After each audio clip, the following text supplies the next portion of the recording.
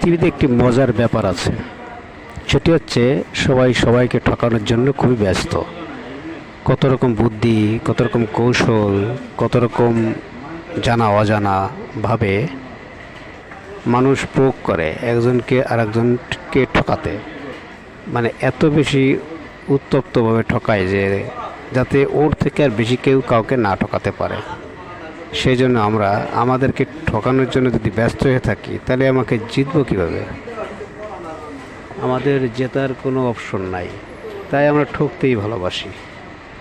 ঠকছি তো, প্রতিদিনই ঠকছি কারো না কারোর কাছে। আমি ঠকাতে চাচ্ছি কিন্তু ঠকে যাচ্ছি, আমি জিততে চাচ্ছি কিন্তু তারপরে ঠকে যাচ্ছি। কারণ ঠকাতে তো আমি চাই, কিন্তু ঠকে তো আমিই যাচ্ছি। তাহলে লাভ কি ঠকিয়ে?